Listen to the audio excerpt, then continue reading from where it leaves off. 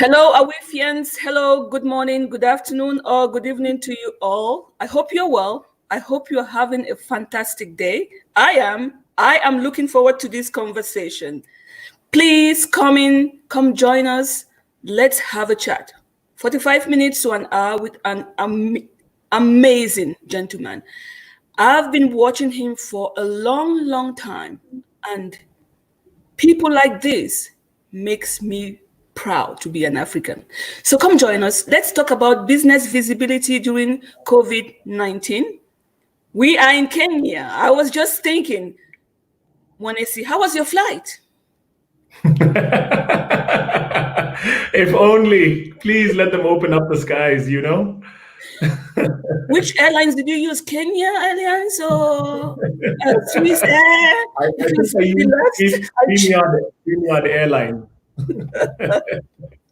it's a pleasure having you here. Let's just give people a few minutes to join us, and then we can start the conversation. Thank you, Lillian.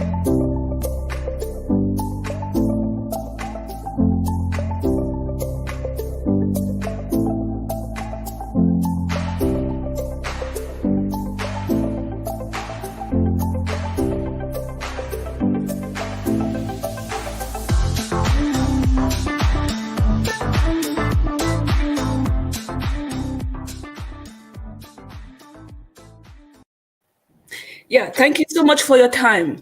How is the situation back home in Kenya? The situation is much better from a healthcare perspective than most other parts of the world. We've, I think, recorded about 14 deaths so far since the epidemic started. And we have a temporary lockdown for some of the major cities, Nairobi, Mombasa, Kisumu. And also we have a curfew which starts at about 7 p.m. So between 7 p.m. and I think 6 a.m., people are on curfew. So you have to be in your houses. But during the day, I think there's minimal economic activity happening. Social distancing must be maintained, sanitizers at all points, and hand washing stations. So people are trying to adjust to the new normal. It's quite difficult because majority of the people in Kenya are not very well-to-do. So the reduced economic activity has had a significant impact on people's livelihoods. But other than that, we're keeping our heads above water. Yeah. I am so proud of Kenya. Kenya, Senegal, Cameroon, Nigeria. I am so proud of Africa. When I look at the figures, yesterday I was listening to a YouTube video, and the figures for Kenya were 374, 214 cases are off, and you have just 14 deaths. I pray to God that this be the end, because we don't need another one. We don't need another continent. We've had our share. We need to breathe. I agree. Yes. Yeah. And I think this could be a new beginning for the continent, if we harness and take advantage of this, because globally the economic situation we're definitely going to be in a recession, and yes.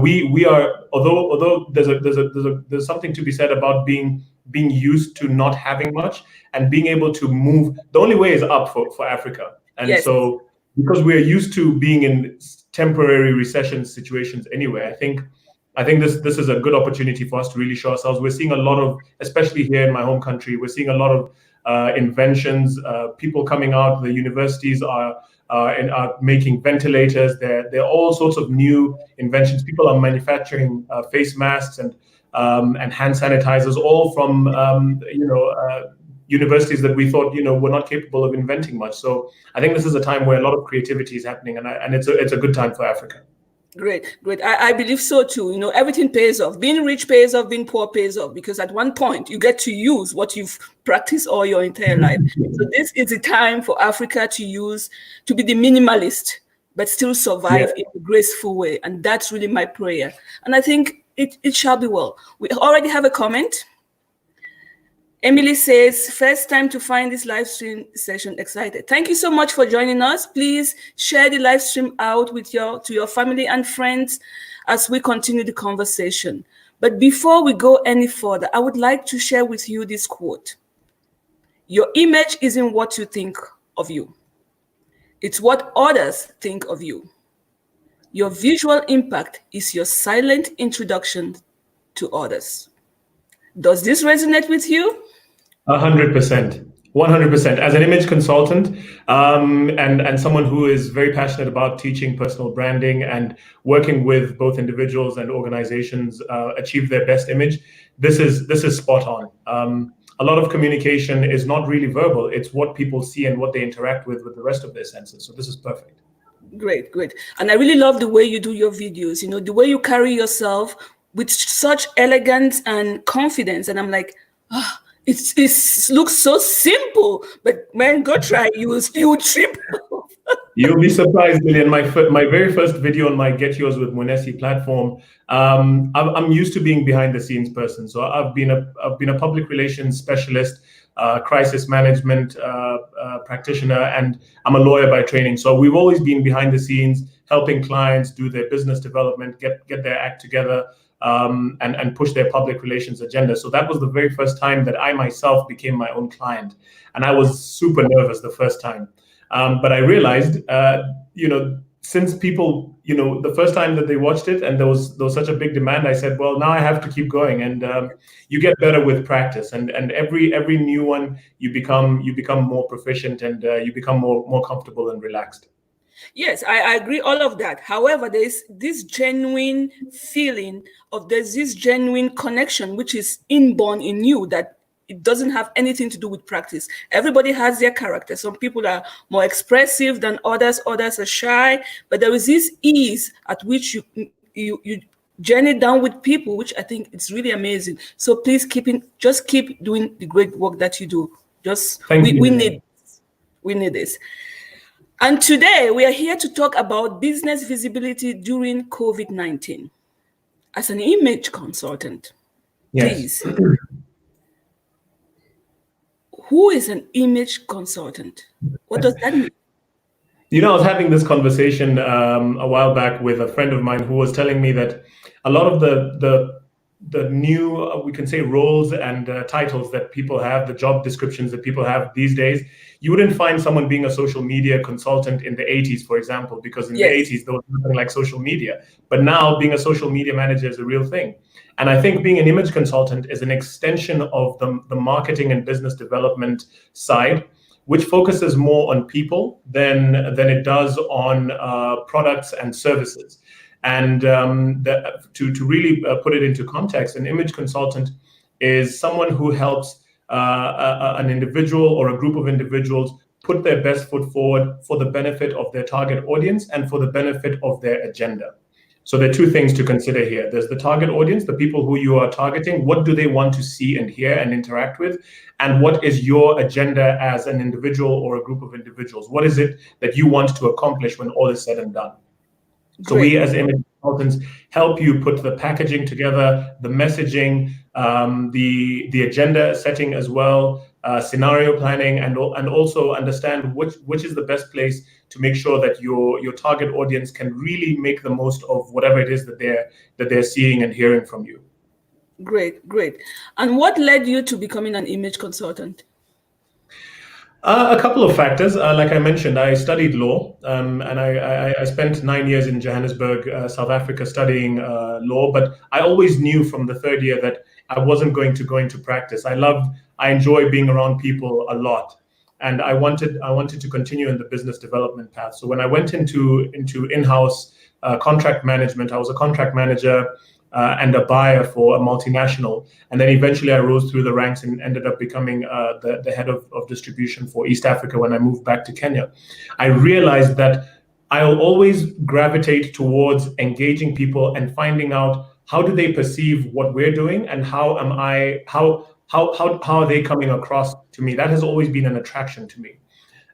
Because once people have a perception about you, and I want to really emphasize this word perception, they make certain decisions on your behalf. They can decide whether they're going to do business with you or they're not going to do business with you with whatever it is that sticks in their mind, whether it's the first impression or the last impression. So I took a lot of the learnings that I had experienced. I realized that I might have been really good at my job, but because I was coming off in a particular way, I either didn't get the job or they told me, listen, we'll discuss it or whatever it is.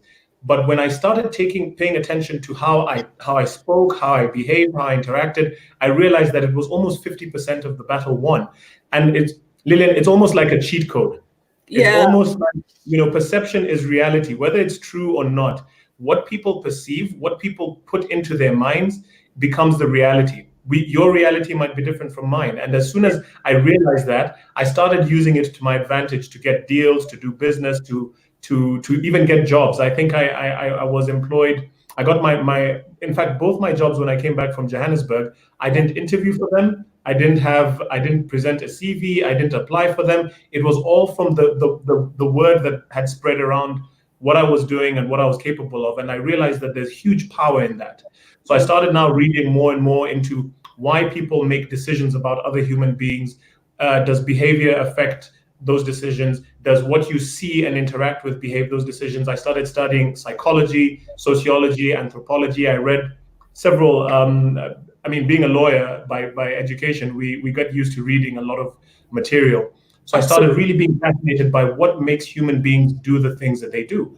And it then culminated into me now being asked to help other people. So they would see me dressing in a particular way, speaking in a particular way, and they would come to me and say, "Mwenesi, can you help me with this? I see how you got that job so easily. Can you help me do the same thing?" And this is across the divide, both men and women. And in 2015, when I now went off into starting my own public relations firm, and public relations is really about what other people say about you. Advertising is what you say about yourself, but public relations is what other people say about you. And being in that space and running a team of consultants who were engaged in media and stakeholder management, I realized that a lot of public relations rests in perception and what other people are putting in a mental picture. And so I developed this image consulting business as an individual to help other individuals make the most of what their perception was, so that they can actually benefit and grow their businesses, grow their brand, and strengthen themselves. That's amazing, and really a great job. Well done. I think you found, very often when we see find your purpose, find your path, you found yours, and please stick to it. Stick to it. You're doing an amazing job. Thank you so much. Mwenesi, tell me, there is a direct link between the image and reputation. I know reputation. I know you already spoke about it a little bit. We put what we put out about our business is there is a direct link between the reputation itself and the image. Yes. Very much so at this current stage, because it defines, it kind of it gives us an idea of the past, the current, but there is no future. So how can African businesses use this situation that we are right now in to change narratives internationally? That's a great question. And once you mention narrative, you're immediately talking about the story. And yes, we as human beings are geared towards stories. If you tell me a story rather than giving me facts, I will internalize it and take it as maybe as gospel better than I would if you just gave me pure hard facts. And this is the time, I think, for us as Africans to really take advantage of our situation. I think the global media syndrome, I won't mention any networks, but I know in my travels we talk about a particular network syndrome which depicts Africa and Africans and African businesses as being, downtrodden and, disease-ridden, and yes, everything is about war and corruption and all of these things. None of the good stories actually come out because I think we have relied heavily on other people to tell our stories. So my first thing is really for us to embrace our local media, our social media, like what we have now, and start to be the ones to tell our own stories, to really bring out the positive stories that we have. And there's a trajectory that you can follow in order for a story to stick, so that it can actually become a reputation. Because the difference between an image and a reputation is a reputation is an image that has sustained over time, that it becomes an entity on its own. A reputation actually becomes an entity on its own, while an image is something that someone perceives, they experience it, and then they have a choice whether to experience it again or move on. Yeah. And there's the trajectory, like I said, that we as Africans and African businesses need to start taking. The first for me is really start to tell our own stories, take advantage of our local media, partner with, in fact, I'll say right now is the time to really engage in partnerships with local media and make those local media appreciate how important it is for them to start telling hopeful stories, real impactful, progressive, productive stories about our businesses, how we're doing things, our innovations, our technology, our advancements. We need to embrace media as a partner. And if there's one thing that the West has, we should learn from them is, the media, media and storytelling, whether it's Hollywood, whether it's mainstream CNN, CNBC, Fox, Sky, whatever it is. These guys are partners with industry. They are partners with government. We need to start doing that and start embracing the partnership with media. And if I can go so far as to dictate the message that the media puts out and say, you know what, you want us to keep supporting you with advertising revenue and so on, then tell some good stories about us. You need to start giving out news stories. And if not, we have this platform called the internet where we will tell our own stories ourselves. It's just a question of producing the material. I mean, I'm sitting here courtesy of a production that I did. We've never met, but you've engaged me online by virtue of the content that I have produced. And I've taken advantage of the internet. And I think African business need to now start putting out their own content. YouTube is there. Put out your content and make sure that you are in charge of your stories. And then from there, other people can be the judge of whether that story is fact or fiction. I love this part of this conversation. It's going to hurt here. There are two sides of the coins, as we all know. There's one video that you did with a company, I can't remember the name, but it's a European company that helps African get second nationality or something like that, and real estate. I enjoyed the conversation to a point. Yes. When I was almost pulling my hair off on my screen, and I'm like, what the heck? Because this gentleman boldly stood there with such, I don't want to use the word arrogance, but let me say elegance, okay? Yes. And due to the high risk of corruption in Africa, I think our product is such a, when you asked him how much does it cost, and he said from $100,000, and I'm like, bloody hell. Then I calmed down. I said, let me hear what the package is all about. Then he went on and saying, due to the high corruption in Africa, a second nationality, like for all these politicians, gives them a place to go. When I was like, wait a minute, that's how you're going to sell it to me for $100,000? Really, really. And we buy to this image, we buy to what is being told to us. I think we Africans, we lack, how do we say, the imagination, or we lack this little thing that we can really question when somebody tells us something. Once it's from the West, we buy. We do not even care to question. Let's question this young man, 100,000. Go and buy a nationality in Cyprus costs 100,000. And why must it be because there is too much corruption in Africa? Why can it not just be like any American going to buy in Ghana? It gives you a second choice. But when you slap it to my face, telling me because of the high level of corruption, that didn't go down. That didn't go down. This is, and to your point, Lillian, once you can call someone a maid, a housemaid, or a domestic household manager. Yes. You can call it corruption or you can call it lobbying. You can call it whatever you want. But again, it's how you frame it. It's how you package it. Exactly. And that's why for me, this is being in this space and doing the work that I do.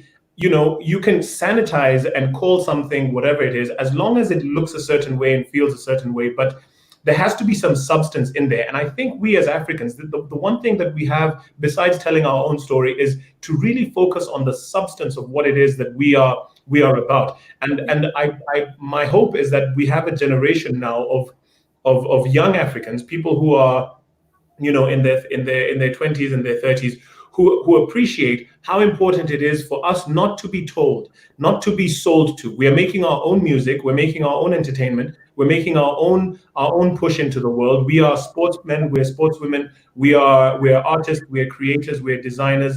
From an arts and creative perspective, if we can marry some substance with some manufacturing, some technology, and I think being in Kenya, I'm so fortunate and blessed because technology right now is really so well rooted in our country, and the amount of innovations. I mean, Mark Zuckerberg had to come to Kenya to learn how M-Pesa works, to learn how our fintech industry works, and it's time now for us to say, okay, you know what? We might have all of these things that you talk about, but guess what? We also have these other things which you now need to come and see. You now need to come and experience for yourself. And we're not just about beaches and a fun safari time. We're also about real things that you can actually learn and take from us as well.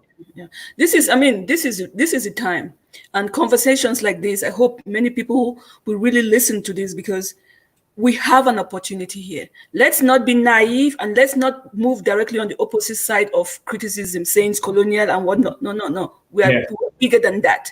That conversation is too low for me. When I see all this kind of talking, the whites came and they took, and somebody sold it to them. Somebody sold it to them.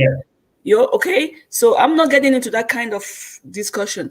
However, the way we sell ourselves to begin with, correct, is an issue. Let's start looking, they are above us for so many reasons. I was married to one, befriended many. I can tell you they have ethics that we don't. Let's hold it there. Let's hold it right there. The way we treat ourselves to begin with, when there is no enemy within, no one from outside external can harm you. Take your children in your own house. How do you teach them to treat each other? This Africa missed. If I go back to my own family, there is favoritism, there is this, there is that. How do you expect when those kids grow up to have a sense of unity? That's point number one. Point number two, in the community itself, you admire this person because of that, because of this, because of that. How do you expect unity to exist? There are so many things we could talk about in this context, but let's start with ourselves. If you take a European who goes to Africa, whenever that European meets another European, they bond direct. They don't question, you're from here, from this family, they just connect because they're out of their continent. They just click. If you take an African out of Africa and they meet in a certain place, there's this, I have to be careful. You are from here, you are this, you are that. There is no connection. So let's start from there. Let's start from there before we start judging. We have the wealth, we have natural resources, we have the technology in our brain, in our brain. And this is the time to use it. So now to our next question. Yes. When we talk of corporate or business image and reputation, we refer to things like branding, marketing, transition, and even confidence. In your opinion, how good is Africa in compared to other developed countries? How good are they? In terms of branding and those aspects that you mentioned? Yes.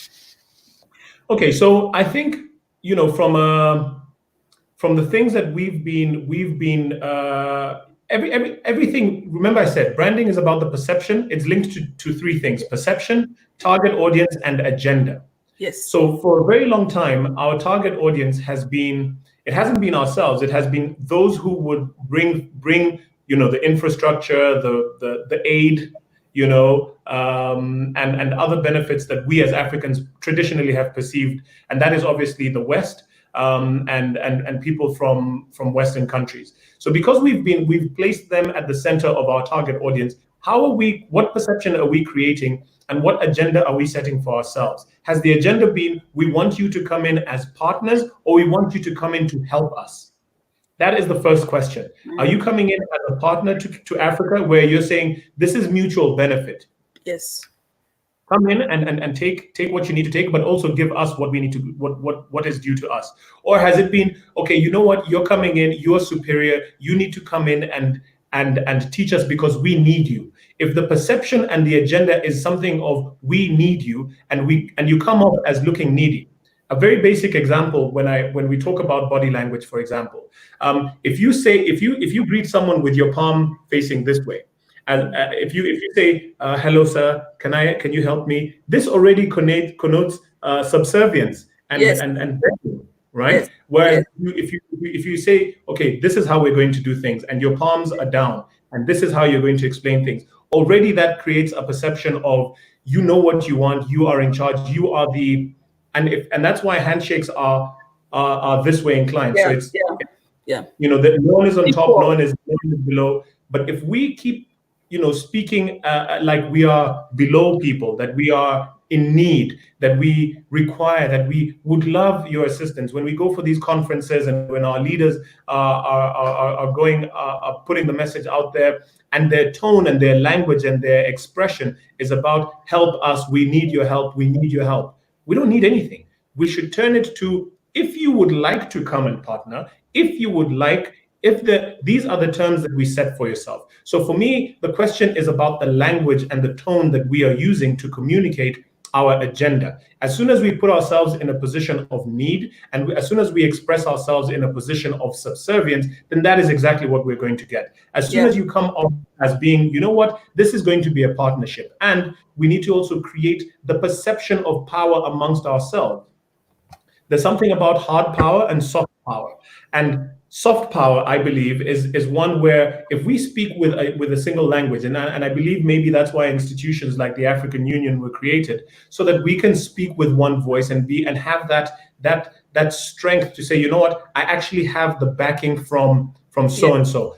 I actually have my team with me, my squad with me, and therefore you can't just bully me and enforce what you want to enforce. When you communicate, you also need to communicate, as much as you're communicating from a position of strength, you need to look powerful. You need to look like you have authority. The perception is also based on how you look. Do you look like you have the strength to be able to speak with the voice that you do? So a lot of things affected our geopolitics, our ability to have a good and effective military presence. So many things dictate how powerful and authoritative we speak and how we look. But the most critical thing, and I think you mentioned it, Lillian, how do we treat our citizens? Do our citizens respect us as leaders? Do our citizens acquiesce to our leadership and say, you know what, we are firmly behind you. As you're telling them off and you're telling them that we're partners, we are firmly behind you, we back you. Because if you have a citizenry that is not backing the leadership, then when the leader goes out there to negotiate on your behalf, then where and you don't have the backing of your own people, then obviously you're not going to be in an effective position. So charity begins at home, and your image begins at home as well. I completely agree, and I could push that further. And you might not even suspect where this might lead. Going back to your handshake illustration. Yes. Putting your hands up or down. Yes. The way we were raised in Africa, when people talk to you, you cannot look them in the eye. Correct. So it's a lot of work. It's cultural attack here. It's not just, if you go back and your elder talks to you, you look at them in the face and say, don't look at me in the face. I'm your elder. Don't look at me. So how do you start closing this gap? Well, I think if we start to build, and it starts with an identity issue, and when we do image consulting, it's really about the identity that you have. Image is two things: how you perceive yourself, and how others perceive you. So you need to start with how you perceive yourself, and we as Africans need to start perceiving ourselves as strong. We need to start perceiving ourselves as competent, as capable, as effective. And once we have that perception, you can look, and there are 4 steps whenever we talk about image as an image consultant. And just to answer, how can Africa close the gap? There are 4 steps to creating the right image.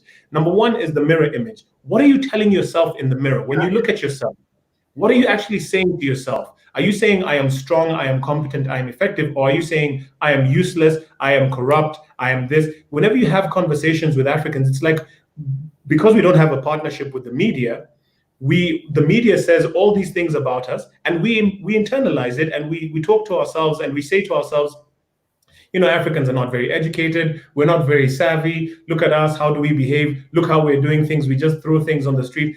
And it becomes a self-fulfilling prophecy. The more you tell yourself that you are certain things, it becomes part of your identity. Yeah. So if that becomes part of your identity, how then do you transition to say, although my identity is this, I am corrupt, I am this, actually, you should look at me in a different way. It doesn't work that way. You first, as an African person, as an African business, as an African leader, have to tell yourself the right things for yourself. When someone like Trump says to himself and to his people, we are great, we are amazing, we are powerful, we are strong, that becomes the psyche, that becomes the mantra, and you cannot take that away from people. That becomes their identity. What are we saying to ourselves as African people and as African leaders? How are we internalizing our internal perception so that we can then carry it forward and say, okay, you know what, because this is who we are, this is what we're going to share with the world. And that's the second step of the corporate image. What then, once you internalize your identity, how then are you packaging that identity? How does a strong leader look like? What does a strong economy look like? What does a strong military look like? What does a strong manufacturing sector look like? What does a strong fashion sector look like? What does a strong export sector look like? I mean, you look at South Korea. I take them as an example because we and Kenya and South Korea got independence roughly around the same time. Oh, okay. And they made one clear decision, and they said to themselves, we are going to be an exporting nation. Samsung and the rest of them did not happen by mistake. It happened because they made a conscious decision to say, you know what, our whole agenda and perception as a country is we're going to be known for being the best exporting nation the world has ever seen. And so everything then cascaded towards that. The people internalized it, and they realized the only way we're going to be able to export anything is our stuff has to be quality. How does our stuff be quality? We need to learn from the best and benchmark from the best. So they started sending their students out to different parts of the world, to the top level, high Ivy League universities, and they would come back and say, according to global standards, these are the best quality, these are the standards we need to be setting. So they started now bringing that into focus. And then they realized, okay, what else do we need? We need a strong logistics, we need a strong military, we need all of this. And from there, the economy just took off. And what's more, they realized that they needed rule of law. They needed rule of law because the only way that they could actually export anything of quality is if they themselves knew that they were doing quality work. And how do you guarantee quality work? By making sure that people followed the rules. How do you become a strong exporting nation? By making sure that people follow the rules. So that's why that in itself killed all the corruption, it killed all of that stuff. And so you see, just by having that one agenda, and I go back to the word agenda, by having that one agenda, everything then cascades. If you speak to any African country, any African leader, what is your identity? What do you want to be known for as an African leader? What is your thing? What is that one thing that you want to be known for? Yeah. You know? What's that thing? Switzerland says, you know what? We want to be known as the safe haven and the financial mecca of Europe and the world. So we're neutral. We're not going to engage in any war, and that is what we are known for. And your money is safe with us, and we practice discretion, and everything is calm, and that's what Switzerland is known for. What are we known for as African countries? I think that identity is then what is going to allow us to then build on the perception that we create on the global stage. Yeah, completely agree with you. And you touched on so many things which I would really like the listeners to go back to it again and think about it, ponder over it for a while. You use the word mantra, which is amazing because, okay, I mean, in meditation side of things, that's perfect. But if you don't believe, if you're a Christian, there is a universal law. You decide first. Yes. Then the universe will follow. The universe will only shift when you shift. Correct. It's not the other way around. Jesus is not coming to save you because, no, you ask, then Jesus will move. And when you shift, Jesus will shift. It's a universal law. So if we do not ask, if we do not put ourselves out there with an agenda, like you said, nothing will happen. Correct. Nothing will happen. So, I mean, And we unfortunately have other people setting our agenda for us, deciding for us how we should think, how we should feel, how we should engage. yes. Whereas we need to, it's like having we'll always say with image consulting, have a meeting with yourself. Yeah. Have a meeting with yourself and tell yourself, what is my agenda? What do I want to be known for? And then from there, everything builds from that. And I make reference to this in many of my talks. I reference a book by Alistair Campbell called Winners. He was the head of communications for Number 10 Downing Street for many years. And the formula for winning in anything, if you want to win, start with the end in mind. What is the objective? The end. When all is said and done, what do you want people to have picked up? Yeah. And then once you have that objective, you now work your way backwards and say, how many different ways are there to get to this end? Is it strategy number 1, strategy number 2, strategy number 3? And once you pick the ideal strategy, then now you can start to build on the basic things that you need, the tactical decisions. And the formula for this is OST, objective, strategy, tactics. Once you have your objective in place, then you can then choose from a series of strategies or a range of strategies based on your capacity, based on your environment, based on your economic capabilities, and so on. Mm-hmm. And then you say, okay, you know what, if I'm a country of 2 million people or 3 million people like Botswana versus a country of over 150 million people like Nigeria, then what strategy works for me? Because I can't use the same strategy as Botswana's strategy is not going to apply to Nigeria because we're not dealing with apples. It's not apples and apples. No. Everybody needs to do what they know and focus on where they want to end up in terms of their end game, and then work their way backwards. But this thing of doing something and then hoping and saying, oh, okay, where do I go from here? What is my objective? What is my destination? There's no plan that starts with let me hope, let me see, let me try. You have to have an end game. And once our leaders and our businesses and our people, you as a business, you as a person, what do you want to be known for? When all is said and done, what's the end for you? What's your dash? Yes, correct. What's your dash? Yeah, absolutely. I completely agree with you. But you're asking too many questions, too many difficult questions. We Africans have the proverb that you live day by day, God will take care of the rest. Why do we have to have objectives? Come on. It's too difficult. It's a scenario. Because unfortunately, the globalization that we are experiencing right now, we cannot bury our heads in the sand like ostriches anymore. We have to stand up and be counted. And while it is in our nature, and I'm completely of the same. I like to be relaxed. And there's a story about a European guy who came. It's a very famous story, and he came to, I think it was Zanzibar or something, and he found a guy sitting there with his 2 fish and his canoe, and he was relaxing. It's the middle of the day, and he was just taking a breather. And so the European guy woke the guy up and said, "Hey, why are you sleeping?" And he says, "Well, I've caught my fish for the day, so I'm okay." And so the so the European guy says to him, "Come on, man. I mean, this place is rich in fish. You should be going out. In fact, I think you need to have a net."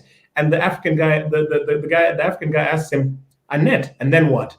"And then you catch more fish." "And then if I catch more fish, what will happen?" "And then you'll be able to buy a boat and whatever. And then what will happen?" "And then you'll have a fishing enterprise and you can take care of your village and you'll be a very wealthy person. And then what happens? And then once you're wealthy, you'll be respected. And then what will happen? And then you'll be able to relax and go on holiday and be happy." And he's like, the African guy says, "And right now, you don't think that I'm relaxed on holiday and you don't think that I'm happy? I must do all that to come back to where I am." So I agree, right? We have it good in Africa. We don't have winter, so we don't have the idea of urgency. When you talk of winter is something that can actually, it's a life or death situation. We don't have that for most sub-Saharan countries. We don't have winter. We don't have this need to invade other territories because of a scarcity of resources. We have abundance everywhere. However, because the world, the West, everybody has realized what we have, we cannot now decide that we're not going to compete or strategize and play the game. We have to play the game. We have to play the global game. We have to stand up and be counted. We can be unique. We can accept our cultural nuances, but we must play the game. We have to plan Failing to plan is planning to fail, and we cannot afford Absolutely. to not have an agenda or an objective. Absolutely. I completely agree with you. And if you were to advise businesses on their visibility during this COVID-19, what 3 most important points would you share with them and why? Am I restricted to 3 or can I add 5? You can give me 10. I am ready for it. Okay, so I want to share 5 critical points that businesses need to have, especially now, and take advantage of your technology. So at a bare minimum, make sure that you're connected and that you're online. If you're not online, then, forget about it. Just not much is happening. So the 5 points I want to share is number 1, awareness. Awareness. People need to know that there's a business called X that exists. It's not about telling people about whatever, like what it does and so on. The first stage is awareness. Make sure that people are aware that you exist at a basic principle. And awareness is the numbers game. The more people are aware, the more your chances or the probability of you being able to move to the second stage will be. And the second stage after awareness is understanding. Once people are aware of that you exist and that you do certain things, I am a company doing XYZ in this market with this and this customers and so on and so forth. The next step is to now help people understand how they can get in touch with you, how much your products cost, how you do what you do, and it's an education. This is an exercise on education. So if awareness is about marketing, the second stage is about educating. So you need to now start to educate the people who have interacted with your product, with your company, with your service. Educate them, help them understand what it is that you do, because you'll realize certain people at this stage will realize, okay, I'm glad that I bumped into you, but maybe you're not for me. Maybe I'm in fishing, or I'm in timber production or whatever it is. So maybe an image consultant is not really going to help me. Yeah. The third stage after understanding is positive impression. People actually need to like you. They need to form an emotive connection with you. And the best way to do this is this is now where the public relations aspect comes in. This is where your testimonials come in. This is where you show that, people are actually, that you show that you actually care about your customers. You need to start talking from your customer's perspective. Empathy, being able to empathize with your customers, with your target market. Speak from their perspective. Don't shove products down their throat. Ask them. Engage your customers. Ask them, what would you like to see now that you're aware that I exist? Now that you understand what I do, what would you like to see? How can we tailor a package or a deal or a product or a service for you? That shows that you care. Positive impression is the third stage. Showing that you care about your customer is very, very important. Because if you put your head in the sand and say, I don't care, this is my product, take it or leave it, buy it, don't buy it, I don't care. When COVID is done, the ones who showed that they cared most about their customers are going to have a head start. The fourth stage after positive impression and care is trust and credibility. This means fulfilling your promises. If you make a promise, keep that promise. Yeah. This is an issue. 20%, drop prices by 20%. If you're going to make an offer, give that offer. If you say you're going to do a job, do the job. You actually have to. Trust and credibility is such a fragile thing, but that's where purchase happens. Yeah. Because if people don't trust you, then they'll find it very difficult to take you to the next stage, which is loyalty. And for people to be loyal, it's referrals. Someone will say, you know what, I engaged with that product, I engaged with that business, I love them, they gave me such good service, I vouch for them. So by me vouching for them and by you trusting me, you will then skip all the awareness, understanding, positive impression, and trust, and automatically I will be able to bring in more people at the high end of the funnel, which is the loyalty stage, because the more people you have loyal to your business, the more brand ambassadors you will have, and the easier it will be for you to now, start selling your business en masse, rather than you trying to go door to door, step by step, person to person, and convincing people. Imagine even Jesus had disciples. Exactly. He didn't do everything by himself. So you need loyalty, you need brand ambassadors. And so if you can just do those 5 steps, you'll be okay. They're amazing points, really amazing. But does this imply to every business? Do you think every business is capable of doing this? With the internet, 100%. And that 100%. brings us to the next question. Whether we see it or not, COVID-19 brings serious opportunities. How can Yes. African businesses start using this positive aspect to enhance the value of African products and services? This is the time. If you are not online African businessman, African businesswoman, you need to be online right now, making sure that people are seeing and interacting with your products as much as possible. If they're not doing that, then it's going to be completely. I mean, you there are two things that come to mind: relevance and value.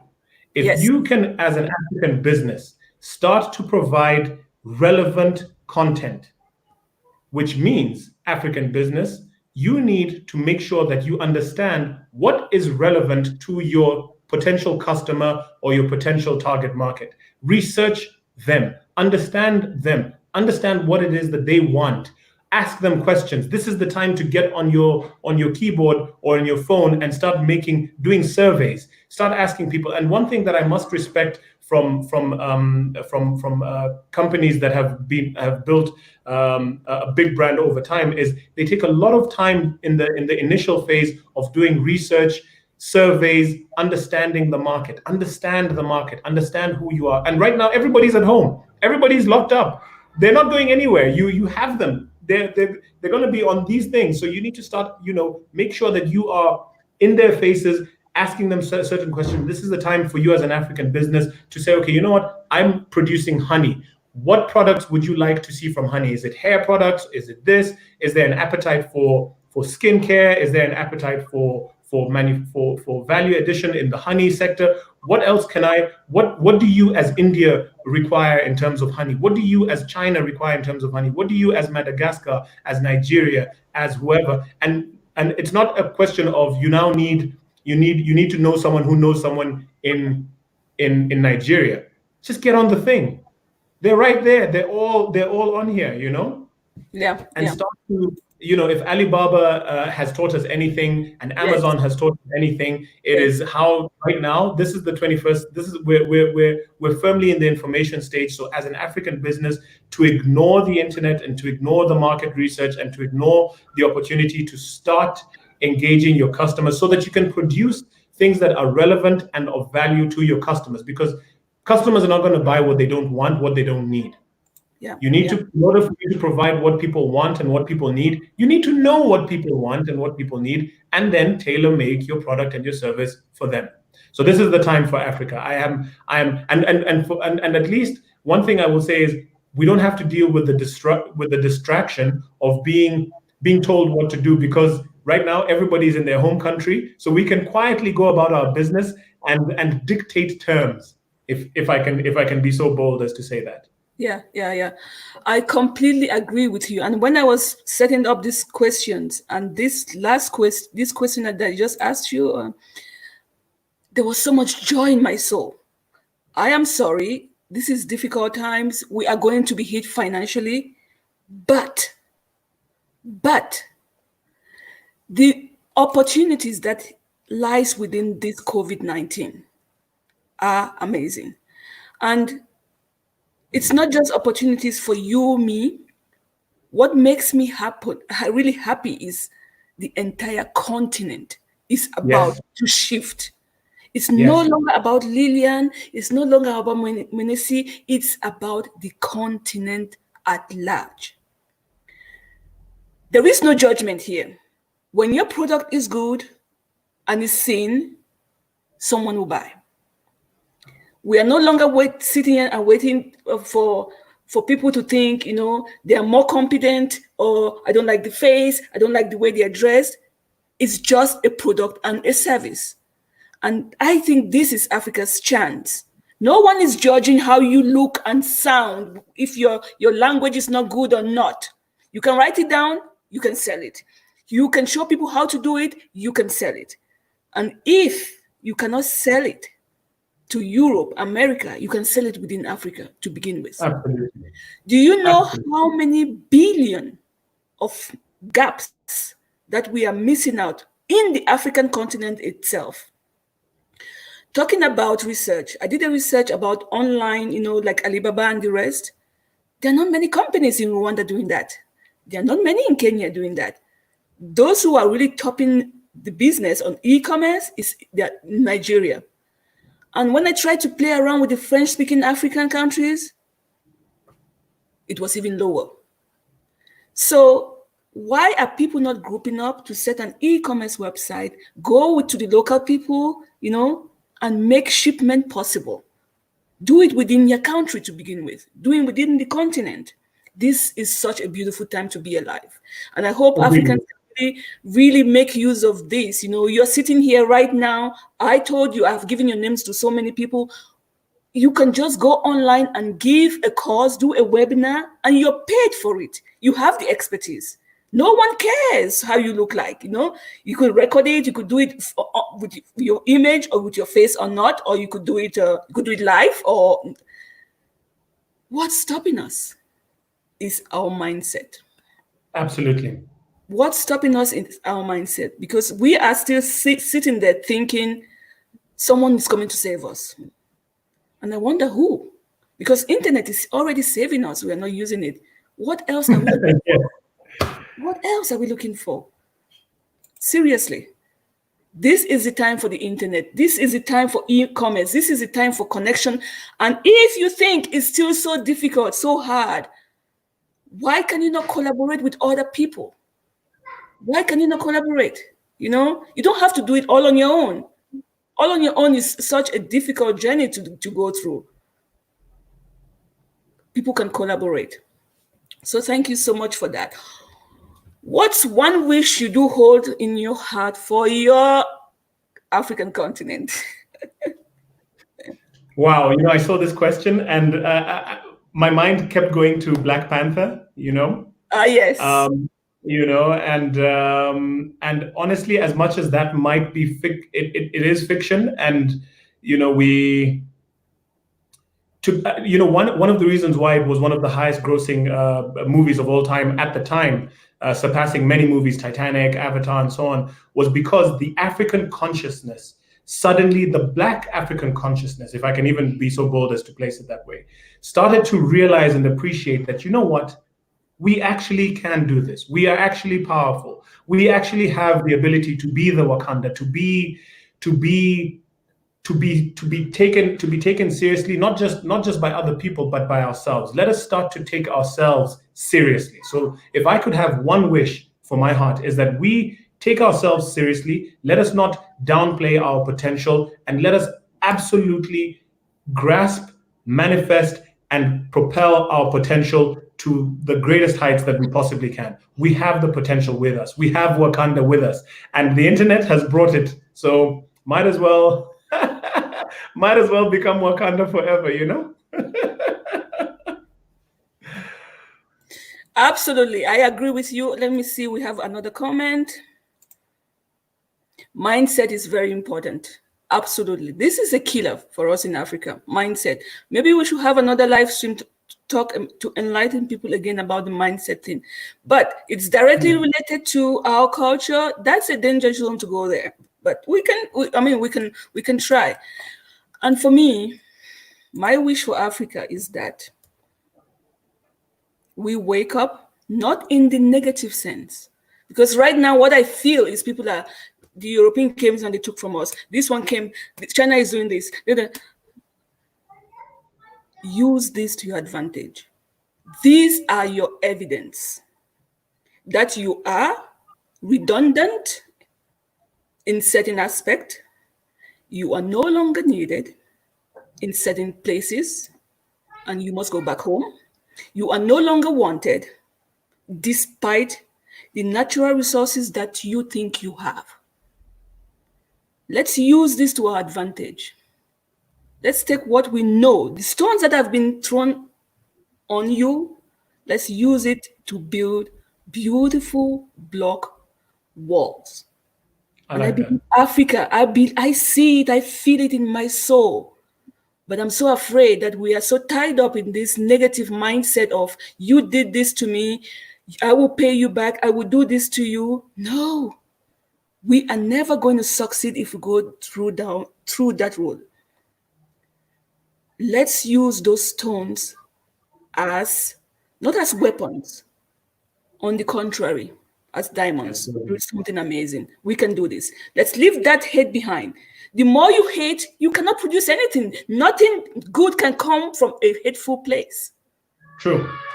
You've been giving evidence you're not wanted in China. You've been giving evidence you're black in Europe, in America, and everywhere. But remember, you have a beautiful continent. Yes. Remember, you have a beautiful soul. The kindness in your heart cannot be paid. Remember, you've got strength. You have strength. I like that. I have been to America, I've been to Europe, I've been to Africa. I can tell you, when an African person looks in your eye and says, I am going to make it happen, it happens. Remember the strength you have within you. Remember the fire in your stomach. Yes. So all what has been thrown on you, let it go. Find space to let it go. But build with those evidence. Because when you use them as material for your building, the world is yours. I like that. I really love that. There is no time for hate. It doesn't serve any purpose. Next comment. We have to learn to network. And we said this. Where have you been, Bernadette? You see? We have to learn to network and collaborate for effective development. Absolutely. What do you have to say about that? How can we do this? How can we start to learn to network? I think, right. I mean, the fact that the internet is the international, the short form of the internet is international network. Yes. So right there is the opportunity. I mean, I'm connecting with you. You're in Switzerland. I'm sitting in Nairobi. I mean, here we are. We're collaborating. We're networking. We're reaching out. You reached out to me. I responded. Why not reach out to other people? If you are right now, the issue of borders, and I need a visa, I need this to be able to cross over to this other person.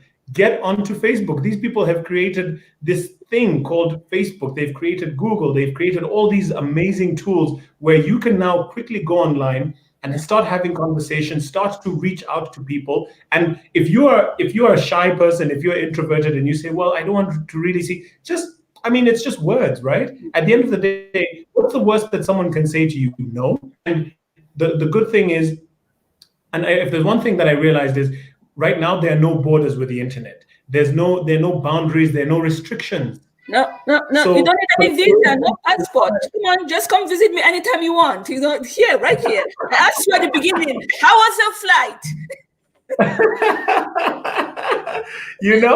Right now you don't need anybody's permission. You don't need anything. All you need is just a belief in what you have, and say, this what I have, this thing that I have created, this thing that God has given me, this opportunity, this product, this service, let me share it with as many people as possible. And if you combine it with that plan that we spoke about, then it doesn't really matter whether you're selling your product in Uganda, in Tanzania, in Zambia, in South Africa, in Morocco, in Senegal, in Cameroon. All these people, as long as they have this device, you can collaborate and network to no end. Exactly. And by the way, as we speak, I would like to let those watching live or as a replay know that we are looking for investors, because we have women that have products and services, and all they need is that capital. And my advice to many of them is, you're sitting on gold, trying to be selfish because you want to be called the owner of, it's time to give some away so that you can breathe. 100%. So we have right here on this platform women with product and services, and we also have people who are ready to invest in Africa. That's one of our masterclass where we try to connect these people together. So if you have product and services, come up here. This is your platform. I founded it for you. Come up here, tell us about it. And you in diaspora, in Kenya or in Nigeria, you want to invest in something in Africa, come here. Let's link you together.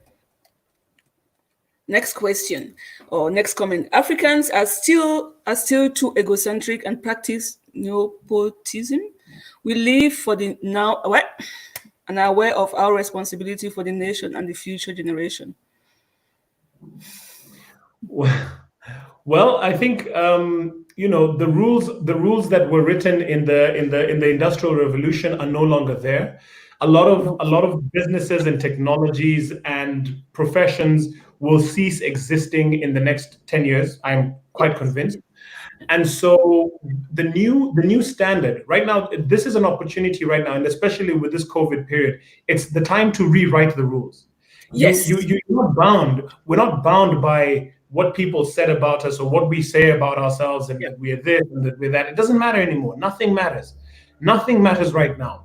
Whether I choose to give an opportunity to Lillian, or I choose to give an opportunity to my cousin, or I choose to give an opportunity to the person down the street, it doesn't really matter right now. As long as you know what value you have and how much value you can share. If companies like Airbnb and Uber and Google and Facebook and YouTube have taught us, give give it away, give your value away. You will profit down the line.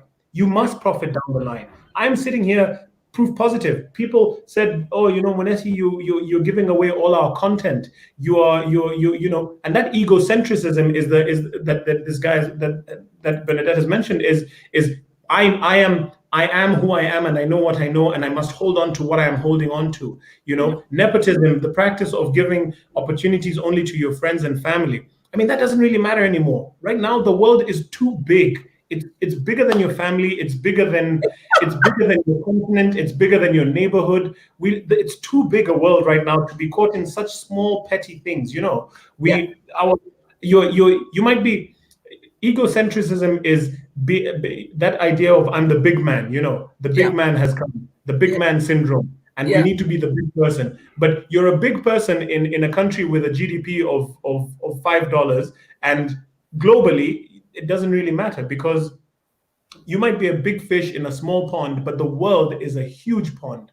And so the world does not respect your ego. It doesn't respect how big you are or how whatever you are. All it respects is, are you relevant and are you providing value? Exactly. Finished. Exactly. Other things, it's we're way past those political, socioeconomic considerations that the Industrial Revolution forced us into.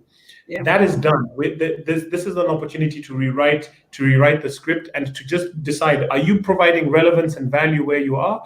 And who thinks that you're relevant and valuable? If you want to stick to your friends and family right now, you stick there. Some of Yeah. us are playing at the global level. Yeah. And Yeah. so if you want to be global or you want to be local, the choice is yours. Exactly. Exactly. And the opportunities now are equal. Yes. That's one thing I love about this time. It's equal. COVID happened for all of us. So don't come and tell me, remember when I had COVID and you were traveling? We all had it. We were all locked down. Don't tell me that story. Don't give it to me.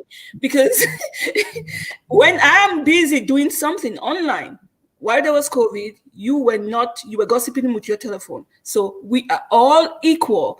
Now is the time to play your game by your own terms. Yes. Your own terms. Another question: COVID has launched the digital era. We have to embrace this opportunity. Absolutely. Absolutely. This is a huge opportunity for Africa, which really makes me really happy. But the mindset scares me. Are we going to use it? Are we seeing the opportunities here? Fortune favors those who take advantage of the present situation. And if you want to bury your head in the sand, go right ahead. But the world is not. No one is. The world is. My mother always told me, the sun is not going to stop rising and setting because of you. Because you've decided that you don't feel like getting out of bed, because you've decided you don't feel like going to work, because you've decided you don't want to go to school. It's not going to stop the world. The world is not going to stop to wait for you, Mwenesi, to do what you need to do. So if you're an African business, get with the program, or or stay where you are and face the consequences accordingly. Exactly.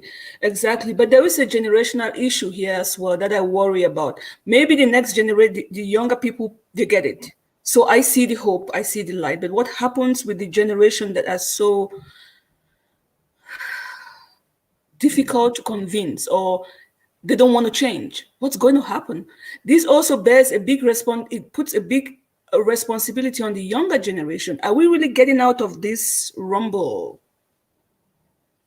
Well, life is cyclical. It's a cycle. It's not linear.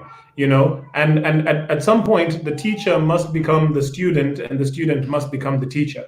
So at some point the older generation is going to have to learn that this is the new way of doing things, and and the responsibility is now going to be on the younger generation to teach and help equip the older generation, and to pay it forward and to give back and say, okay, dad, granddad, grandma, this is how we do things now. I mean, us, whether you consider yourself a millennial, people born in the early 80s up until the 2000s,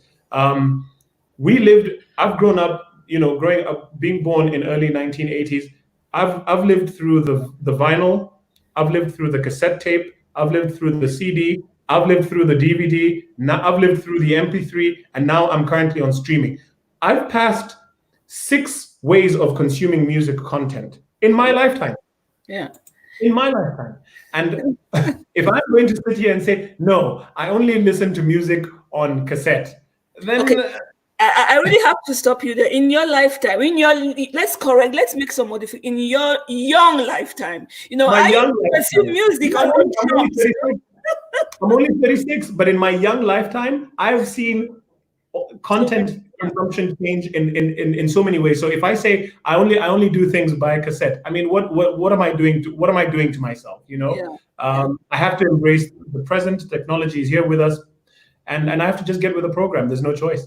Yeah. Thank you so much for your time. I really appreciate you. I appreciate the work you do. I appreciate the way you shine the light of Africa. My wish for that continent is that people like you speak their truth. People like you help others see the truth. And I hope people like you will also help people not to go in the direction of hate that I'm beginning to see right now. So thank you so much for shining your light. Thank you for all the good work. If anyone is watching this live stream, I'm going to boost this live stream as much as possible, because I want the world to see your work, to see you. I want the world to really benefit from your knowledge. But that most of all, I pray that you keep your sanity.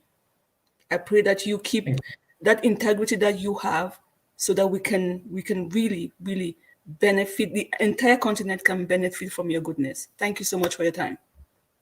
Thank you, Lillian. You have an amazing platform and an amazing gift. May God bless you and continue to uplift the work of your hands. Thank you very much. Have a great day. Thank you. Okay. Benedette, merci beaucoup. Thank you.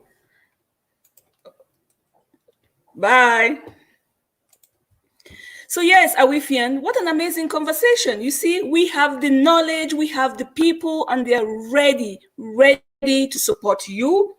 If you would like to speak with today's guest, send me a message. You know where to find me. My email, lillian.mullet.awif.org, or send a message right here on this Facebook page. It was a pleasure spending some time with him. Believe me, he has wealth of knowledge, and you will not regret working with him. You will not regret spending time with him. So go to his Facebook page. Let me put that right back. Go to his Facebook page and see some of his work. No, there you go. But see some of his work. Contact him. Ask him questions. You have so much to learn from him. He gives so much value. And this is the time. COVID-19, lockdown, stay home is the time to question ourselves, to move forward in a positive way, because the opportunities are there. I appreciate you all. This platform is yours. Do you have a product? Come here. Do you have a service? Let's help you expose your gifts and talents to the world.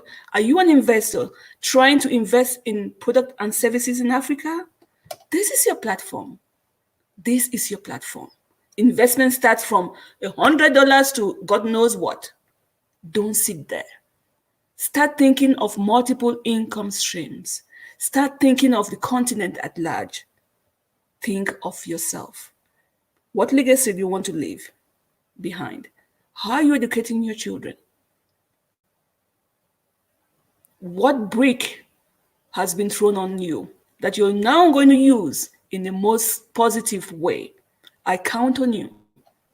I see you shine. Don't let me down. Do take care of yourself, and I'll be with you again tomorrow. Bye-bye.